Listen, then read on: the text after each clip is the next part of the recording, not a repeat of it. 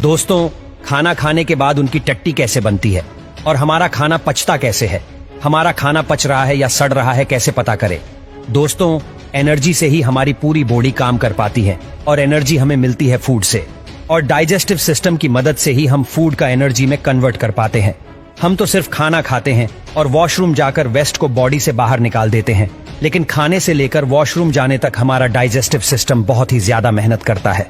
और इस वीडियो में हम यही देखेंगे कि डाइजेस्टिव सिस्टम काम कैसे करता है। डाइजेशन तो खाना खाने से पहले ही शुरू हो जाता है। जब हम खाने के बारे में सोचते हैं तभी हमारे मुंह में पानी आ जाता है। वो पानी नहीं होता है, उसे सलाइवा कहते हैं। जब हम खाना चबाते हैं तब दांत की मदद से हम फूड को छोटे छोटे पीसेस में ब्रेक कर देते हैं और साथ ही खाना और सलाइवा मिक्स हो जाते हैं। हमारे मुंह के अंदर सलाइवरी ग्लैंड्स होते हैं जो सलाइवा बनाते हैं और रिलीज भी करते हैं। सलाइवा में कुछ एंजाइम्स होते हैं जो कार्बोहाइड्रेट्स और फैट्स का डाइजेशन मुंह के अंदर ही शुरू कर देते हैं, और सलाइवा की मदद से खाना सॉफ्ट और स्मूथ हो जाता है, जिससे ये फूड पेट में आराम से जा पाता है। इस चबाए हुए खाने को बोलस कहते हैं और जुबान बोलस को गले में ढकेल देती है। गले में दो रास्ते होते हैं, एक लंच का रास्ता और दूसरा पेट का रास्ता। अब बोलस को यहाँ से जाना होता है पेट में, पर दो रास्ते होने की वजह से बोलस लंग्स में भी जा सकता है और पेट में भी जा सकता है। अगर बोलस लंग्स में चला जाता है तो दिक्कत हो सकती है, और यही काम आता है एपिग्लॉटिस। एपिग्लॉटिस दरवाजे जैसा होता है जो हवा की नली पर लगा होता है। वैसे तो एपिग्लॉटिस हमेशा ही खुला रहता है, लेकिन जब हम खाना खाते हैं या पानी पीते हैं तब एपिग्लॉटिस बंद हो जाता है, और तब खाना या पानी हवा की नली में नहीं जा पाते हैं, और इस तरह बोलस फूड पाइप में आ जाता है। फूड पाइप को ईसोफेगास भी कहते हैं।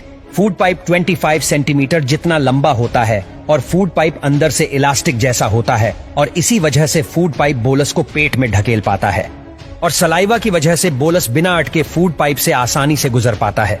फूड पाइप के एंड पर कुछ मसल्स लगे होते हैं जो फूड को यानी बोलस को वापस फूड पाइप में जाने से रोकते हैं।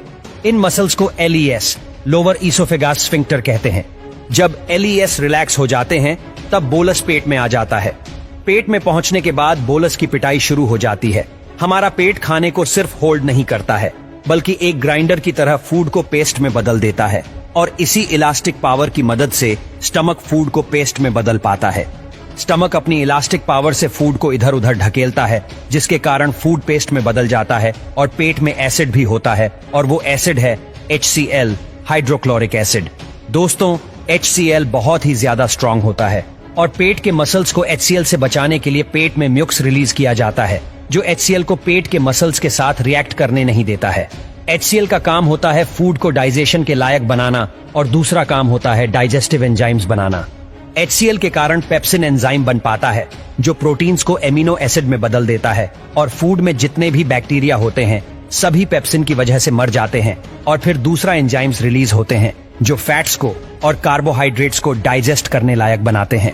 तो पेट में फूड 6 से 8 घंटे के लिए रहता है, और इन 6 से 8 घंटे में फूड लिक्विड में बदल जाता है। इस लिक्विड को काइम कहते हैं।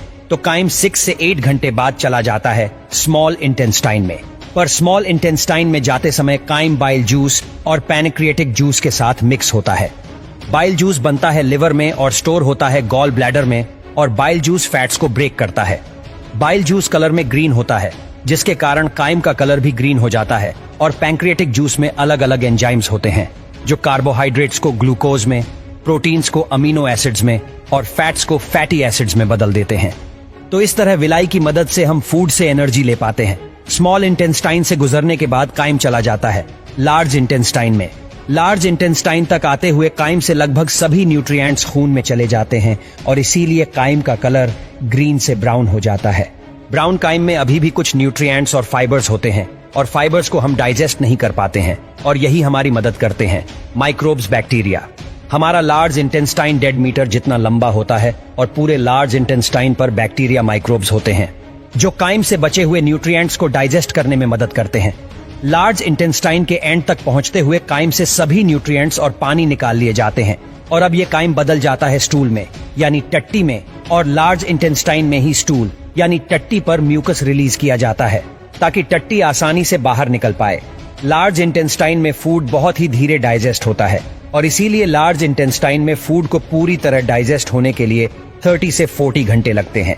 फिर 30 से 40 घंटे बाद स्टूल चला जाता है रेक्टम में, जो कि टट्टी को स्टोर करता है। और जब रेक्टम भर जाता है तब हम वॉशरूम जाकर उसे खाली कर देते हैं, तो इस तरह फूड डाइजेस्ट होकर बाहर निकल जाता है।